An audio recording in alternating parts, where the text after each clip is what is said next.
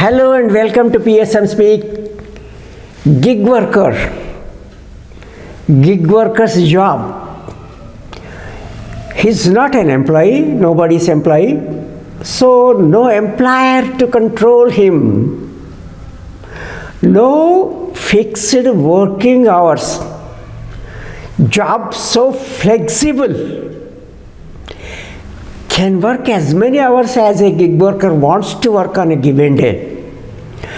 Or a gig worker can evade the job, totally avoid doing work, and there is nobody to control him or her for being absent to work. And how much does a gig worker get? Sky is the limit. No fixed amount of wages or income or whatever you say. Doesn't it look like a utopian situation where so flexible and income is sufficient, adequate, nobody to control? This is what some people think about the lives of gig workers. But that is not the case in reality. We will go into the lives and what exactly happening, and is it really flexible? Do they enjoy so much freedom as is being made out? Let's look into that in this video. The purpose of this video is this, to talk about the gig worker. Then by definition, who is a gig worker? First example, they are working in urban areas. About 300 Indian cities they are concentrated. The food delivery boys like Swiggy or Zomato, you can sit home and place an order, or ride hailing service, Uber, Ola or similar services, where a driver comes with a cab and you can go to any place of your choice. So the Uber drivers, I'm giving you the examples, and then place an order for anything. You place order for New Year gifts or whatever goods that you would like to buy on Amazon, Flipkart or similar digital platforms. E-commerce delivery persons, food delivery, ride hailing service. These are gig workers. How are they defined exactly? The Ministry of Labor has defined them as the persons who are outside of a traditional employer-employee relationship. This is very important. And they work in informal sector. Outside employer-employee relationship, and they are in the informal sector, not in the organized sector. Niti Aayog also concurs with the definition, more or less the same. But the stress is, unlike traditional system where there is an employee, there is an employer, such an arrangement is not there in gig work. That is what is defined by the government. And two types of gig work is seen. One is platform, these digital platforms like Amazon or whatever, ride hailing service platform who arranges that, Uber or whatever. And then those who are outside the platform, non-platform workers, where the work is casual, no fixed number of hours and no employer. But in this video, we focus on these modern gig workers, the platform-based gig workers, their lives, gig economy. Before going into deep into the actual working conditions of the gig workers, let's know some basic facts about gig work, the size of the business. How many gig workers are working in India? Niti Aayog says 7.7 million. It's a significant number. It works out to 2.6% of non-agricultural workers, informal sector, and 1.5% of the total workforce of the country. And this, they do not say is an accurate figure. It could be much more than this. And the estimate is going very fast. By 2029-30, the number of gig workers as per Niti Aayog is going to be 23.5 million, which accounts for 6.7% of the unorganized non-agricultural workforce are 7% of the total workforce. So this itself indicates that the gig work has been increasing rapidly, very fast, but it could be increasing faster and the number could be much more than what government is telling.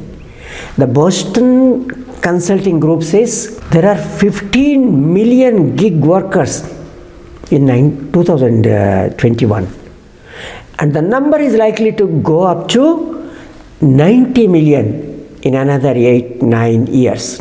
The World Economic Forum puts the gig economy's trade at $556.7 billion by 2024, and in terms of rupees it is 47 trillion or 47 lakh crore rupees. Then this is likely to reach, as per the WEF source, again 1847 billion. 1847 billion. That is $1.8 trillion equivalent. In terms of rupees, it is 158 lakh crore rupees. 158 trillion rupees by 2032. This I have worked out taking into account the rupee dollar exchange rate today, 85-86 rupees. But in 2032, it's not going to be the same. It will increase.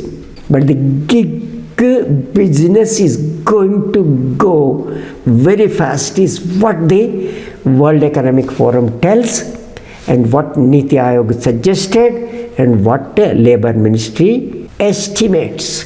And how many digital platforms are there now? In 2010, there were 140 digital platforms across the globe. The number has gone up by 2020 in a decade to 777. ILO's estimate. Now I am looking at the business value, the number of platforms working, and the number of workers dependent on gig economy. This shows that the economy is undoubtedly moving very fast. But why this gig economy? How has it taken birth and how it is flourishing? The precursor for gig economy is nothing but the neoliberal economic policies, the jobless growth. If there are jobs, the jobs are not of good quality. About 92% of employment in this country is in an unorganized sector where employees do not get adequate social protection like employees state insurance or employees provident fund, bonuses and post-retirement social security, old age security, pension. These things they do not get, and wages are also not remunerative. And gig work is part of this unorganized sector. Overall, even including the unorganized sector, the employment elasticity, what economists say, for a unit of growth in an economy, the number of jobs created has been coming down. For example, in 2012, the growth gross value added was 6.2%, whereas the growth in employment was 1.6%. Subsequent to that period, 2012 and 2019, the gross value added grew by 6.7%, higher than 6.2%. But employment, it's almost stagnant. There was growth. How much growth? Not 1.6%. It was 0.01% overall. But this is not the case with the gig economy. The elasticity of employment in gig economy is higher, much higher than the overall employment. It's more than unit. That means employment is increasing fast, as we have seen from the forecast and the already available data. Neoliberal economic policies, jobless growth because of capital intensive and labor saving strategies, poor quality of employment is the resultant factor. Then how is in reality the gig worker's life? I gave example who are the gig worker. A Uber driver, a cab driver. Ask anybody, any cab driver, how many hours they work. They start their work early at 6 o'clock in the morning or even before that, and never do they reach home before 6 or 7. They work more than 12 hours. Yes, they have freedom not to work those many hours, but they get lower income to that extent. The income what they get after meeting the expenditure of running the cab, its maintenance, fuel, it is a challenge for them to support their families. So they need to work longer hours. They need to work on holiday because they can take a holiday, they can evade work on Sunday, but they don't get money on that day. Are they really free not to work? No. Are they not in bondage? They are. Is their job really flexible? And needless to say that they do not have any social security arrangements. No security provided by the employer because there is no employer for them. So is the case with the other gig workers. So if they are not employees, who are they? And these platforms, who are they? They are defined as aggregators. The employers, the platforms, and the workers are contractors. As if there is a fair contract between the two, like employer-employee contract. No. Although there are legislations like we have seen in Rajasthan, Karnataka, and Government of India is also talking about Social Security Code 2020, where there was a mention of gig workers. But these legislations or the laws or the codes are not talking as gig workers as employees and the platforms as employers, contractor, aggregator, with no responsibility on the aggregators to provide the minimum needs of an employee. Newer laws are coming. Why at all they need newer laws? Make them employees, establish employer-employee relations and use the existing law. Industrial Disputes Act, Workmen Compensation Act, bonus, EPF, ESI. That should be the right thing to do. You are going for newer laws for gig workers means these relations will continue.